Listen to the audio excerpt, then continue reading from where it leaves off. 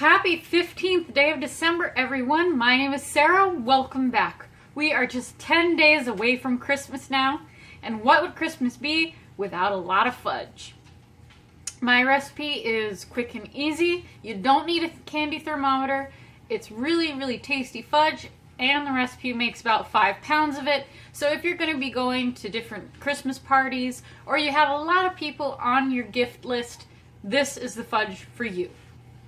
So wash your hands, grab the chocolate, and I'll see you in the kitchen.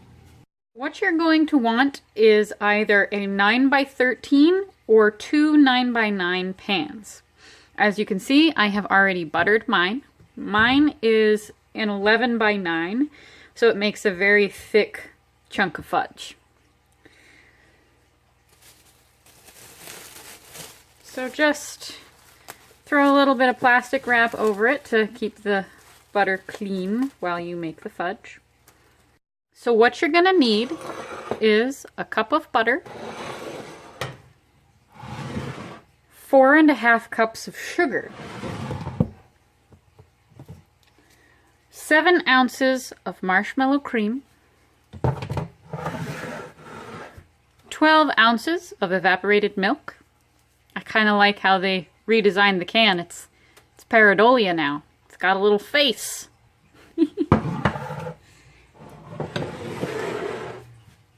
12 ounces of milk chocolate, 6 ounces of unsweetened baking chocolate, and 6 ounces of white baking chocolate. First thing you're going to want to do is chop up your chocolate. Be very careful. Don't cut yourself. Keep those fingers out of the way.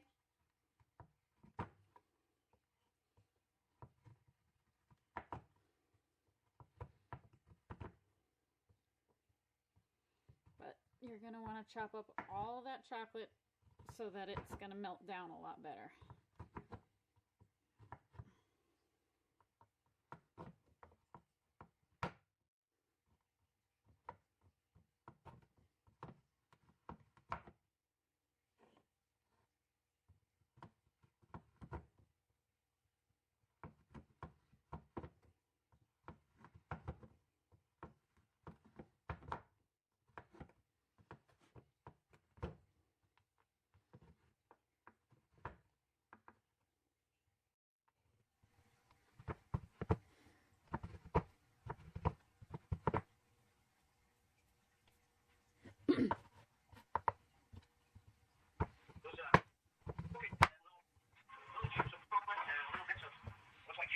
Yep. Nope. No, I'm chopping chocolate for fudge. I thought fudge was supposed to be sweet. It is. And it's unsweet. Only some of it. And it's probably got maple syrup in it too? No. What gave you the idea of maple syrup in those cookies? That's what the recipe calls for. Oh, that's what Mom made them? Yep. Well, I can remember eating cookies that looked like that, but they weren't as good as yours. Thanks. Sorry, Kiki, but maybe it's the taste bud. And they were good. Oh. I could eat 120 of them. They were so good. I had to force myself to leave them alone. Mm. Anyway. How's that Maria's doing? Dunno. You'll be able to take me?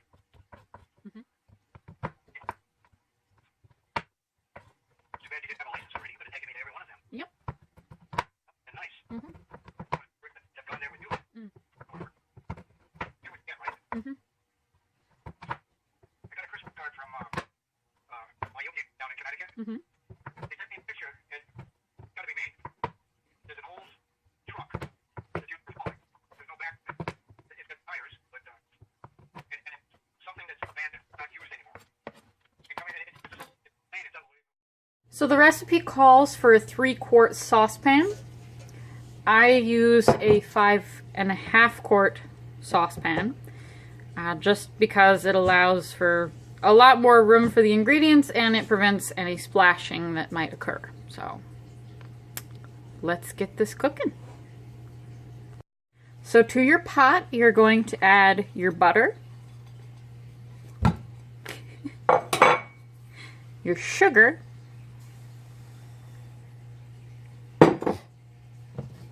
the marshmallow cream. Oh gosh. Yeah, every time I work with this stuff, I remember why I hate it. It's so sticky. It's so hard to clean off of everything.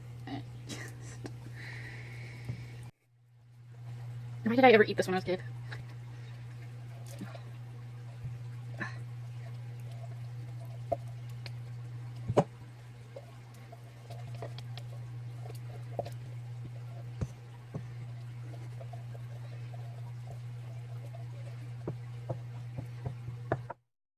Oh, okay. Thank you for bearing with me. Now we're going to add in the evaporated milk by pulling on this happy little can's nose. Now he looks terribly surprised.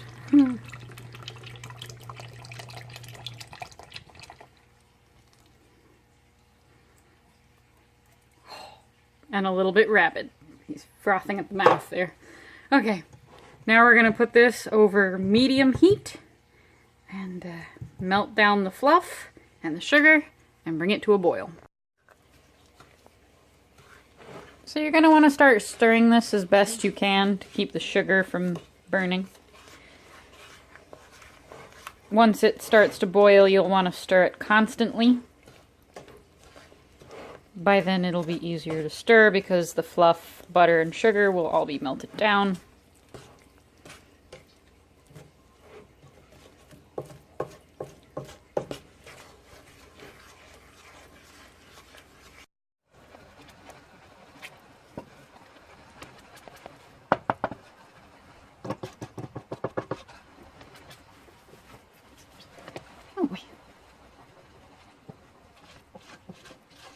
You want to be careful when you're stirring so that you don't splash up and burn yourself.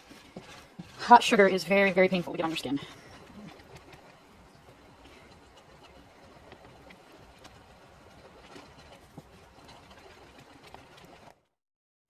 So as you're stirring, you're going to want to get all your edges and across your middle, being sure that everything is keeping in constant motion so nothing starts to stick and burn.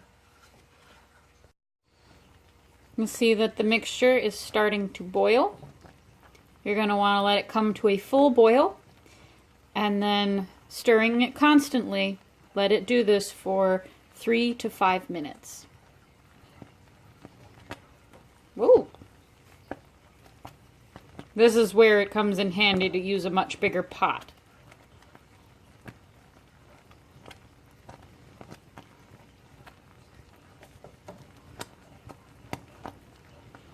So we've got a full boil here. I can't stir it down. This is where you're going to want to be really, really careful. As it's bubbling here, it's going to be spattering. You could get burned, so be very, very careful.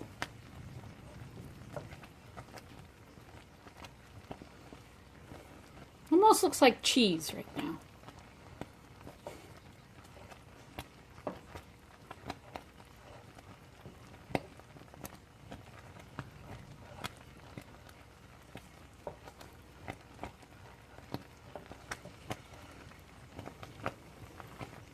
Don't forget to scoop through those edges and across the middle. We don't want any scorched sugar.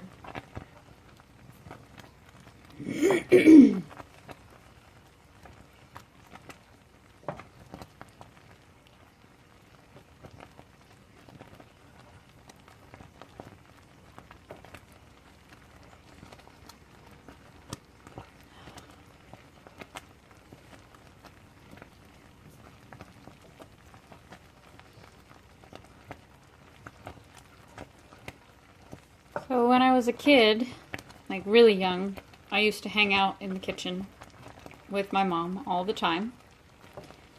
Usually in hopes of taste testing something before anyone else. But eventually it grew into more of a curiosity as to what she was doing and how she was doing it. And by the time I was in my teens, I was helping her with stuff like this. full-time in the kitchen. And if there was something that we'd never made before that I was curious about, you know, she'd let me make it. And one of the things that we did together was make caramel. You know, it's a simple start, a similar start with caramel as it is to fudge, sugar, cream, and butter. That smell became my absolute favorite. The smell of cooking milk, butter, and sugar.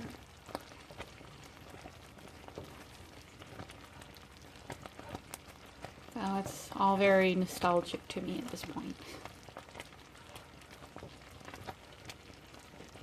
I haven't really done a lot with candy since my mom's been gone. I basically just make fudge these days.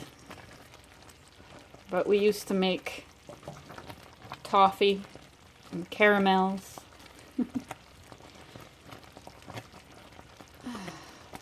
They all take a lot of patience. Not necessarily a lot of work, but working with a candy thermometer, it's not for someone who's impatient. It takes a long time for it to get to the right temperature, and you can't rush it. Otherwise, you're going to come out with really messy candy that's not going to be very good.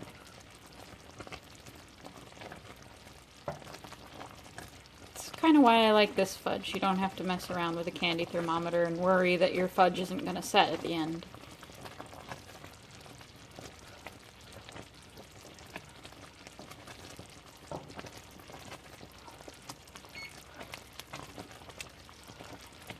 So you may have noticed that the mixture here has started to reduce down. That's okay. It's also started to change color. That's perfectly normal. So after 3 to 5 minutes, you're going to turn it down, turn your temperature down, and bring it down to a slow boil. And you're going to let it cook for 7 minutes. It's going to get an even more golden color.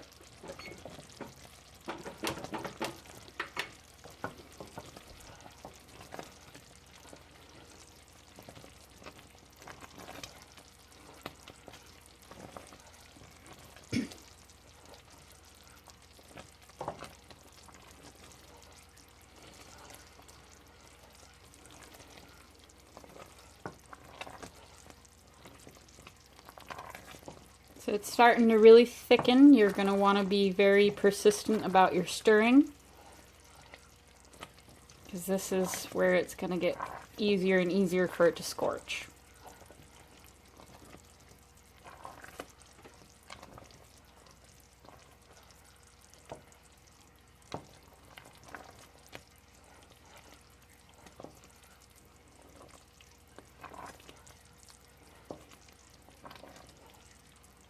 I've been thinking about it more and more lately. I think this year I might actually like to make some toffee. It's been so long since I've had any homemade toffee. My mom used to make it every year because it was my sister's favorite. And then after my sister passed away, we sort of stopped making it, which I don't know. I don't really know why. The rest of us really liked the toffee too, but I guess because it was her favorite, we didn't. It was just too emotional to make it. I don't know. But maybe I'll try to make it on my own. See if I'm capable. Honestly, I've been afraid to make candy on my own.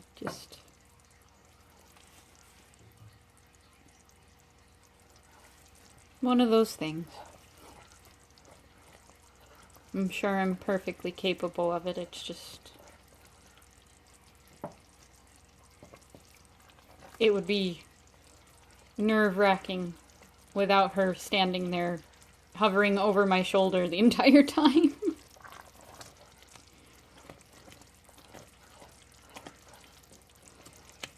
Candy making takes a lot of stirring, so if you're someone whose arms get tired easily, this is going to be a real workout for you. But you don't have to stir very violently or anything, just gentle motions to keep it moving. I know I'm absolutely rambling right now. Maybe that's what my videos need. They need more rambling. Then you never know what I might say.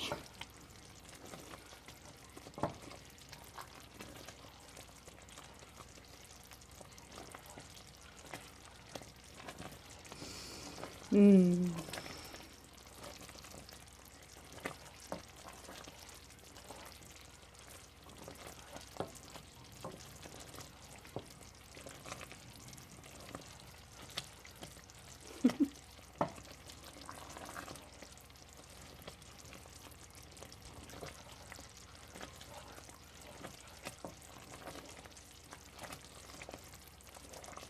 I remember the first time I made like real fudge with, you know, using the candy thermometer and everything.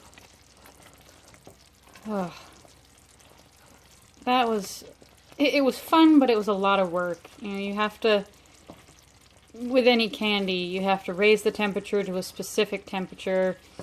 And then with the fudge, you have to let it cool to a specific temperature. Add, like, I think the very last thing you add is vanilla once it's dropped to the right temperature.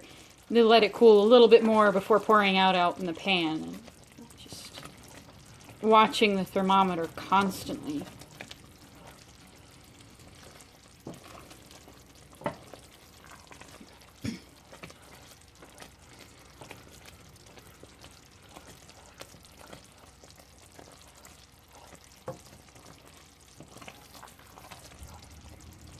This is reducing down really nice. It's starting to get a caramel color to it. We've got about 3 minutes left. And then we're going to take it off the heat.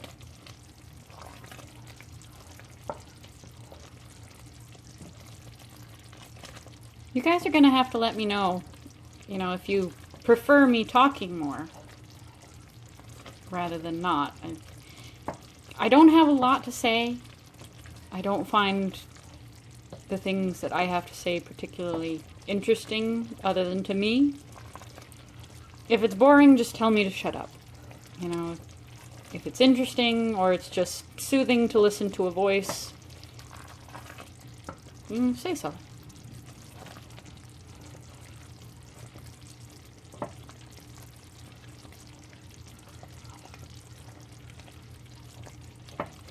I know personally I like to hear someone talk. It doesn't always matter what they're saying, it's just nice to hear a voice.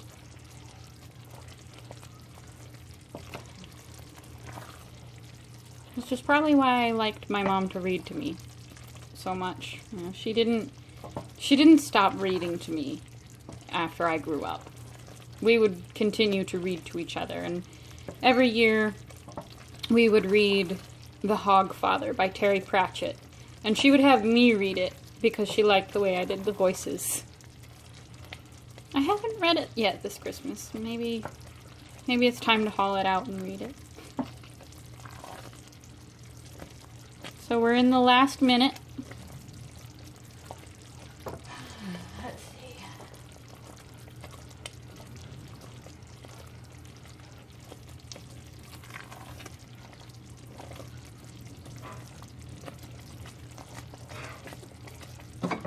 We're about to turn off the heat.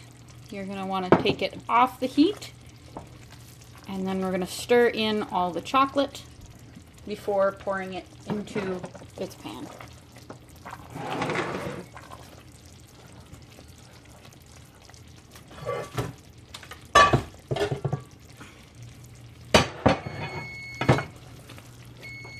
Alright, heat is off. And so here is where you can stir it rather vigorously to get the chocolate all mixed in and melted.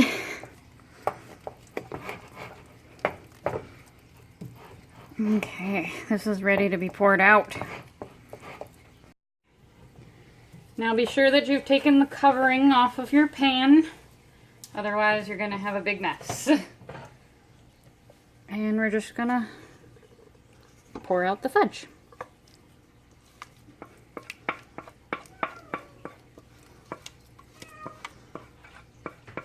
You're probably going to want to hold your pot with a pot holder because it's rather warm.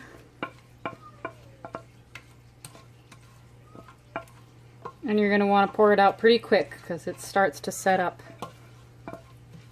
really fast. And feel free to leave just a little bit in the pot so you can sample it with some spoons. Then just spread it around the pan. Get it out as even as possible. You'll see some of the white chocolate didn't mix in, but that's okay.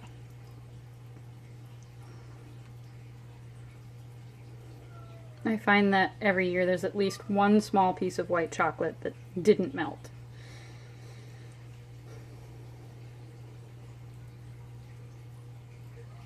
So there you have it. Let it cool and set up, and then just cover it. Cut it up and enjoy it whenever you want. So as you can see, there's still quite a bit of residue in the pot. That's where a small spoon comes in handy. I don't eat a lot of candy these days, but given that it's tradition, I figured I'd indulge and show you all how.